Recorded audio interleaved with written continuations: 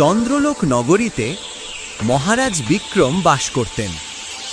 তার স্ত্রীর বহু বছর আগে মৃত্যু হয়েছিল, কিন্তু তাদের 3 কন্যা ছিল, যাদের তিনি খুব ভালোবাসতেন। আজ আমি ভাবলাম, কেননা আমি আজ আমার কন্যাদের পরীক্ষা নিই। আস্থা, শ্রদ্ধা, রূপল, আমার কিছু প্রশ্ন আছে। ঠিক আছে বাবা, জিজ্ঞেস করুন। আস্থা, তুমি সবচেয়ে বড়, তুমি বলো যে তোমার কাছে সবচেয়ে বেশি কে প্রিয়, আর আমি তোমার কাছে কতটা প্রিয়? বাবা, আমার কাছে সবচেয়ে বেশি প্রিয় ছিলেন আমার মা, আর মা আমার কাছে যতটা প্রিয় ছিলেন আপনিও ততটাই প্রিয়। রাজকুমারী শ্রদ্ধার, তুমি বলো। বাবা, আমার কাছে সবচেয়ে বেশি প্রিয় আপনি, পুরো পৃথিবীর চেয়ে প্রিয় আপনি। আর তুমি রাজকুমারী রূপন? বাবা, আপনি আমার কাছে লবণের সমপরিমাণ প্রিয়। লবণ আমার কাছে যতটা প্রিয় আপনিও ততটাই প্রিয়। মহারাজ বিক্রম নিজের মনে ভাবেন, এ তো আমার মূল্য দিয়েছে কেবল এক লবণের সমান। লবণ আর কি এমন, কিছুই না, এক মামনি জিনিস। আমার কোনো মূল্যই নেই এই মেয়ের চোখে। না, একটা কাজ করি, একে চিরকালের জন্য এই ভয়ঙ্কর জঙ্গলে ছেড়ে আসি। মহারাজ বিক্রম রূপলকে ভয়ঙ্কর বনের গভীরে নিয়ে গিয়ে ছেড়ে দেন। সন্ধ্যা হতে চলেছে। রাজকুমারী, তুমি এখানে থাকো, আমি একটু পরে আসছি। এই বলে মহারাজ বিক্রম আর ফিরল না। রূপল জঙ্গলে ঘুরতে থাকে। তখনই তার একটি ছাগল চোখে পড়ে। একটি ছাগল না? এই ঘন জঙ্গলে একটি ছাগল কার?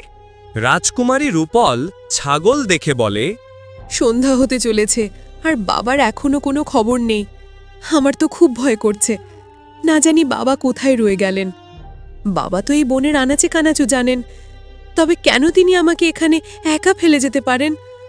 হয়তো বাবা আমাদের চিরদিনের জন্য এই জঙ্গলে ফেলে যাননি তো? এখন এই বনের জানোয়াররা আমাদের খেয়ে ফেলবে। আরে, ওই দেখো, একটি কুঁড়ে ঘর। চলো এর ভেতরে গিয়ে দেখি। দুজন কুঁড়ে ঘরের ভিতরে যায়, যেখানে ছাগল রূপলকে থাকার কথা বলে। রাজকুমারী রূপল, এখানে আপনি নিশ্চিন্তে থাকুন। যতদিন আমি আছি আপনি দুধ খেয়ে জীবন কাটাতে পারবেন। একদিন ছাগল বনের দিকে ঘাস খেতে যায়, তখনই একটি চিতা এসে উপস্থিত হয়। আজ তো ভালো শিকার হাতে এসেছে। চিতা ছাগল দেখে তার ওপর হামলা করে এবং তাকে তুলে তার বাচ্চাদের কাছে নিয়ে যায়।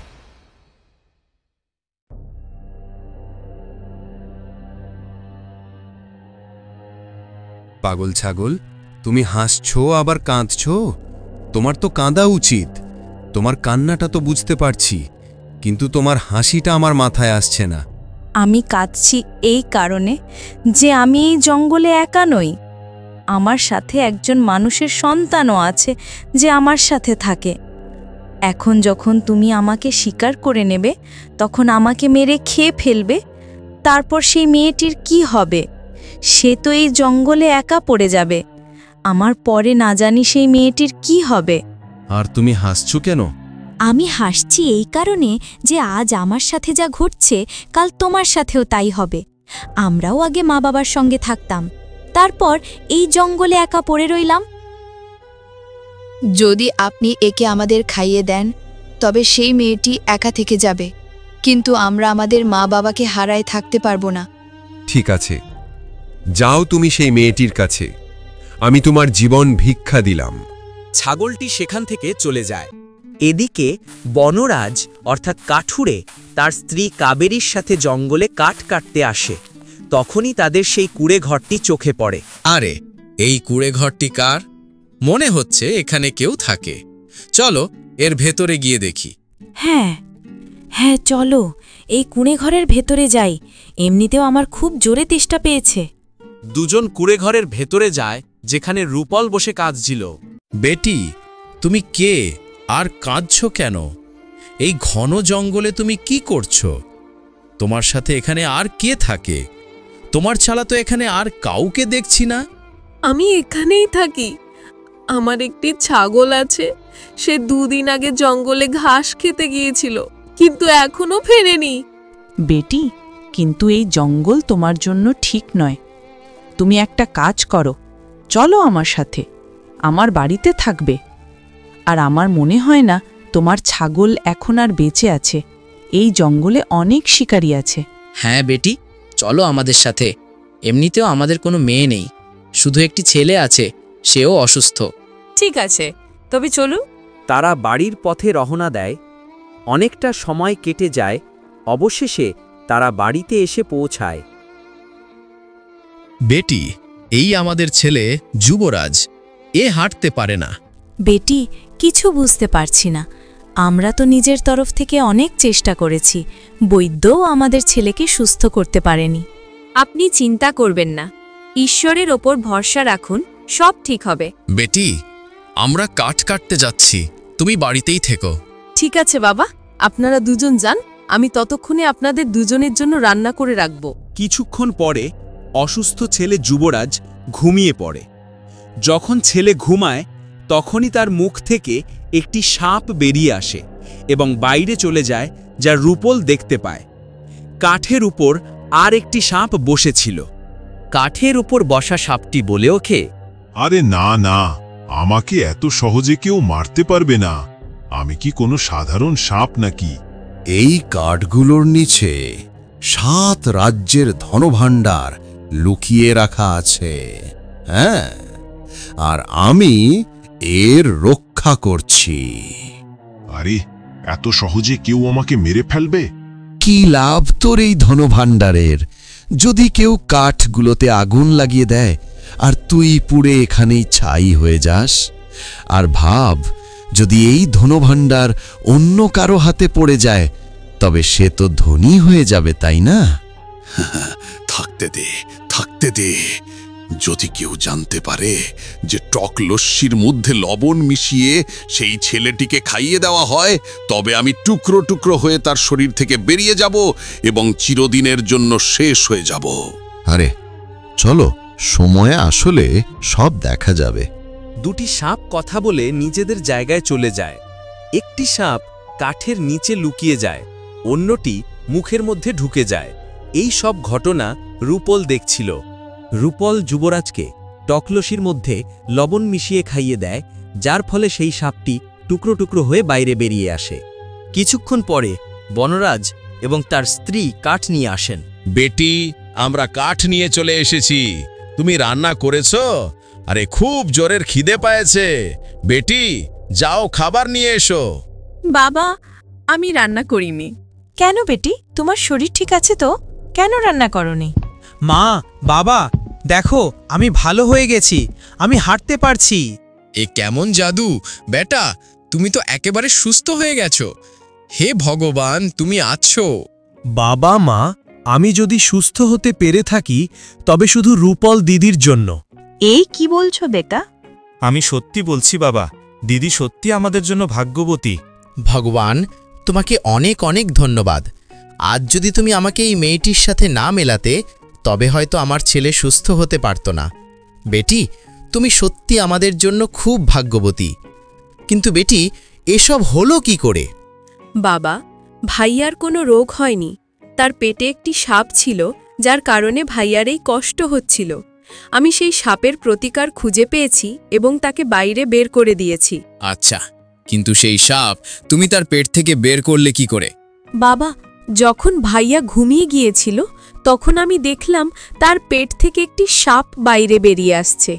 আমি যখন তার পিছু নিলাম তখন জানতে পারলাম যে যদি আমি ভাইয়াকে টক লস্যিতে লবণ মিশিয়ে পান করাই, তবে সাপটি টুকরো টুকরো হয়ে যাবে এবং বাইরে চলে আসবে। আচ্ছা বেটি, এ তো তুমি খুব ভালো করেছো। বাবা, এখনই শেষ না, এখনো একটা কাজ বাকি আছে। সেটা কি বেটি? মা, বাবা, চলুন আমার সাথে। রূপল বনরাজ এবং তার স্ত্রীকে সেই কাঠের স্তূপের কাছে নিয়ে যায়। বাবা, আপনি এই সব কাঠগুলোতে আগুন লাগিয়ে দিন। বেটি, তুমি এই কি বলছো? এই কাঠগুলো তো আমরা অনেক কষ্ট করে জমা করেছি, যাতে বাজারে গিয়ে এগুলো বিক্রি করতে পারি। বাবা, আপনি একদম নিশ্চিত থাকুন এবং আমাকে বিশ্বাস করুন। আপনাকে ভবিষ্যতে আর জঙ্গল থেকে কাঠ আনতে হবে না, তা বিক্রি করতে হবে না। আপনি শুধু এই সব কাঠগুলো জ্বালিয়ে দিন। থামো থামো স্বামী, আমরা ওর কথা মেনে নিই। শেষমেশ রূপালের জন্যই তো আজ আমাদের ছেলে সুস্থ হলো।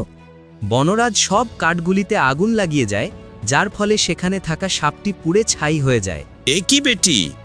বাবা, এটা অন্য সাপ ছিল, যা আপনার বাড়িতে এই কাঠগুলোর মধ্যে লুকিয়ে বসেছিল। এখন আপনি একটি কাজ করুন, এই ছাই সরান। আরে এই দেখো, এখানে তো অনেক ধনভাণ্ডার পড়ে আছে। বাবা, আমি আপনাকে এটাই জানাতে চেয়েছিলাম, এখন এই খাজাঞ্চির মালিক হলেন আপনি। বনরাজ সমস্ত ধনভাণ্ডার বাইরে বের করে আনে। ধীরে ধীরে সময় কাটে। বনরাজ সেই ধন ব্যবহার করে নিজের প্রাসাদ তৈরি করে নেয়। তাদের অবস্থা রাজা মহারাজাদের মতো হয়ে যায়। এদিকে ছাগলটি কুড়ে ঘরে ফিরে আসে, কিন্তু রূপল সেখানে নেই। রাজকুমারী রূপল, আপনি কোথায়? এ তো এখানে নেই। তাকে কি কোনো জানোয়ার খেয়ে ফেলল? ছাগলটি খুঁজতে খুঁজতে বনরাজের বাড়ির কাছে এসে উপস্থিত হয়। সেখানে রাজকুমারী রূপলককে দেখতে পায়। রাজকুমারী, আপনি বেঁচে আছেন? তারপর তারা একসঙ্গে আনন্দে জীবন কাটাতে থাকে। একদিন যে রাস্তা দিয়ে বনরাজ বাড়ি আসছিল, সেই রাস্তা দিয়েই মহারাজ বিক্রম শিকারের জন্য যাচ্ছিলেন। আর যখনই মহারাজ সেই বাড়ির পাশ দিয়ে যেতেন, তার নাকে খুব ভালো রান্নার সুগন্ধ আসত। মন্ত্রী বিমল, একটু খোঁজ নাও তো, এই সুন্দর বাড়িতে আসলে কে থাকে? আমি যখনই এই বাড়ির পাশ দিয়ে যাই, খুব সুন্দর রান্নার গন্ধ আসে। জি মহারাজ, আমি খোঁজ নিচ্ছি। মন্ত্রী বিমল সেই বাড়িতেই যান।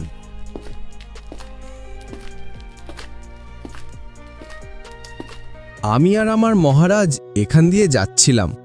তখনই মহারাজ বললেন আমি যেন এই বাড়িতে গিয়ে খোঁজ নিই, যেই বাড়িতে এমন কোনো রাঁধুনি আছে যার রান্নার সুগন্ধ দূর দূর পর্যন্ত যায়।